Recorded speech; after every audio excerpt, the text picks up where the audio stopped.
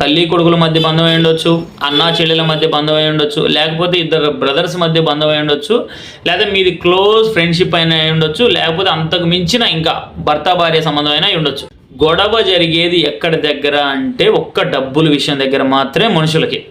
మనుషులు దూరం అయిపోవాలన్నా డబ్బుల దగ్గరే, అదే మనుషులు దగ్గర అవ్వాలన్నా సరే డబ్బుల దగ్గరే. అంత పవర్ ఉంది ఈ భూమి మీద డబ్బుకి. ఆ డబ్బును సంపాదించడానికి నువ్వెంత టైం కేటాయిస్తున్నావు?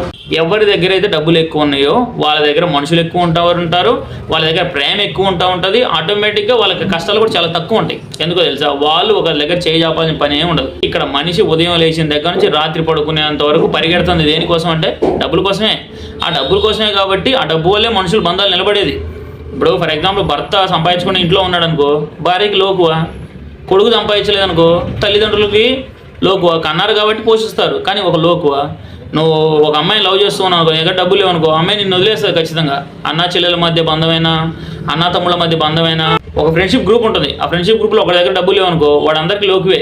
నీ స్థాయిని నువ్వు పెంచుకోవాలి అంటే నువ్వు చేయాల్సిందల్లా ఒకటి ఏంటంటే డబ్బు సంపాదించడం మీద ఫోకస్ చేయాలి.